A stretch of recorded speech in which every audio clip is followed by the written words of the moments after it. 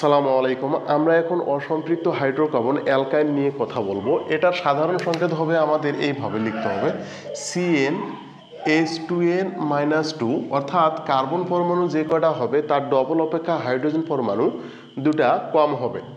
তো আমরা 2 থেকে শুরু করব কার্বন পরমাণুর সংখ্যাটা, কারণ 1 থেকে এটা দিয়ে যৌগটা হয় না। 1 এর মান কার্বন পরমাণুটা আমরা 2 থেকে শুরু করব। তো মূল শব্দ 2 যদি হয় তাহলে ঈদ নাম হবে, 3 হলো প্রোপ, 4 হলো বিউট, 5 হলো পেন্ট, 6 হলো হেক্স।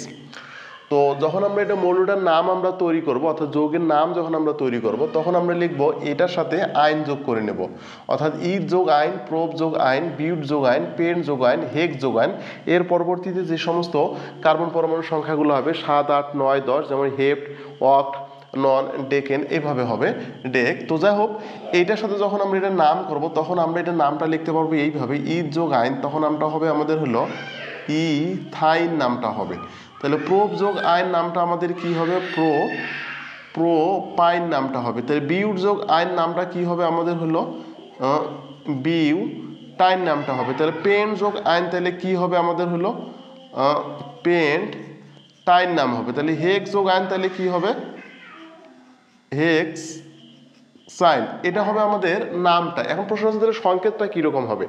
দেখুন, 2 কার্বনের যে নামটা পাইলাম আমরা ইথাইন, এটার সংকেত হবে আমাদের এখানে এন এর মানটা 2 বসাইতে হবে। মনে করতে হবে এটাই এন এর মান 2। তো এন এর মান যদি আমরা 2 বসাই তাহলে আমরা মানটা কত পাচ্ছি এখানে দেখুন। তাহলে এখানে সমান সমান যদি নেই তাহলে C2 পাচ্ছি, তাহলে ইন্টু এদিকে পাচ্ছি H2 × 2 - 2। তো সমান সমান যদি আমরা এটা করতে যাই তাহলে আমরা পাবো হলো এখানে সংকেতটা পাবো হলো C2 পাবো 2 × 4, 4 থেকে 2 বিয়োগ করলে আমরা পাবো হলো H2, এরকম পাবো আমরা। তো এখন যদি এটাকে আমরা গাঠনিক সংকেত করি বা একটু বিস্তারিত লিখি ভেঙে ভেঙে, তাহলে আমরা এটা লিখতে পারি, যেহেতু কার্বন আছে 2টা, এই জন্য আমরা 2টা কার্বন দিলাম, এবং হাইড্রোজেন আছে 2টা, হাইড্রোজেন 2টা দিয়ে দিলাম। এখন কার্বনের হাত সার্কেল মিলানোর জন্য আমাদেরকে যেটা করতে হবে, তো যেহেতু হাইড্রোজেন একখান করে হাত নিয়েছে, অবশিষ্ট আরও 2খান হাত ফাঁকা আছে, তো এখানে একটা দিলাম, এখানে একটা দিলাম, মানে 3টা। দেখুন কার্বনের সার্কেল হাত মিলে গেছে। তাহলে যখন কার্বন পরমাণু 3 হবে, সংকেতটা কি হবে, এখানে আমরা অলরেডি 3 বসে দেবো। তো 3 যদি এখানে বসে দেই তখন কত হচ্ছে আমাদের হলো C3 হচ্ছে। 3 × 6, 6 থেকে 2 বিয়োগ করলে আমরা পাচ্ছি হলো H4।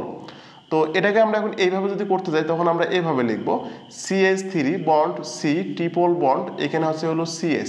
তো দেখুন এটা কিন্তু মিলে গেছে। আর অ্যালকাইন হইতে গেলে যে জিনিসটা থাকতে হবে সেটা হচ্ছে কমপক্ষে একটা কার্বন কার্বন ত্রিবন্ধন থাকতে হবে। এখন যদি আমরা 4 কার্বনটা নিই তখন আমাদের এখানে কি হচ্ছে 4 হচ্ছে। তো আমরা এখানে যদি একটা জিনিস খেয়াল করি এই সূত্রটার সাহায্যে, যে কার্বন জয়টা হবে তার ডবল অপেক্ষা 2টা হাইড্রোজেন কম হবে। অনুরূপভাবে 3 × 6, 6 থেকে 2 বিয়োগ করলে 4, তাহলে 4 × 8, তাহলে 8 থেকে 2 বিয়োগ করলে কত পাবো 6। তাহলে এই সংকেতটা এটাও একটা সংকেত হবে, এবং এইভাবে যদি লিখি তাহলে এটাও একটা সংকেত হবে। এখন আমরা এটা লিখব CH3 বন্ড CH2 বন্ড। এবার দেখুন আমরা এইটাকে একটা ইউনিট হিসেবে চিন্তা করব। এখানে 2টা কার্বন আছে এবং একটা হাইড্রোজেন আছে, এইটা আমরা জোড়া লাগাই দিলে প্রত্যেকটা যৌগের সংকেত করতে আমাদের নিচেরটা সুবিধা হবে। তো এখন আমরা এটা লিখবো C ট্রিপল বন্ড হলো CS, তাহলে এটা বিউটাইনের সংকেত এটা হয়ে গেল। এখন যদি আমরা পেন্টাইনের সংকেত লিখি তাহলে কীভাবে লিখবো পেন্টাইনের সংকেত, তাহলে C5, তাহলে 5 × 10, তাহলে 10 থেকে 2টা কম হলে কত হচ্ছে 8, কারণ ডবল অপেক্ষা 2টা কম হবে হাইড্রোজেন কার্বনের। তো এখন এই সংকেতটা আমরা কীভাবে লিখবো, তাহলে CH3 আমরা যেটা ইউনিট হিসেবে নিয়ে নিছি, এখানে 2টা কার্বন আছে, তখন আমাকে 3টা কার্বন লিখতে হবে এইভাবে। তো CH3, তাহলে CH2, এখানে হলো CH2, ক্লিয়ার। এখন এখানে 3টা হয়ে গেছে, তাহলে এই ফ্রেমটা আমরা এখানে বসিয়ে দেবো, তাহলে C ট্রিপল বন্ড, তাহলে CS, দেখুন এটা কিন্তু হয়ে গেল।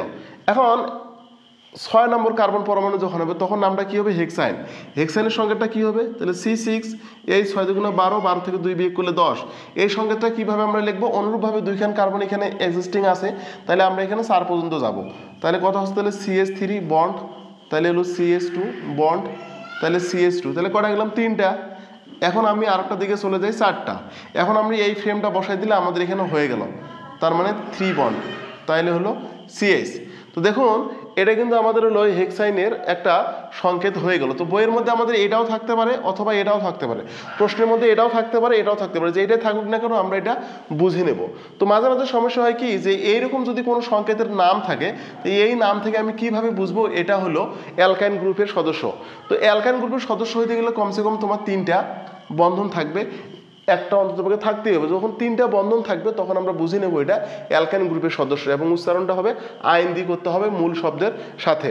যদি এইটা না বুঝে থাকি তখন আমরা এটা বুঝতে পারবো যে কার্বনের ডবল অপেক্ষা 2টা কম থাকবে হাইড্রোজেন। যেমন দেখেন এখানে 1টা 2টা 3টা 4টা কার্বন আছে, তাহলে C4, তাহলে 4 2 8, 8 থেকে 2টা হাইড্রোজেন কম থাকবে 6টা, তাহলে 3টা 2টা 5টা, 5টা আর 6টা, এইভাবে চললেও আমরা সংকেতটা চিনতে পারি।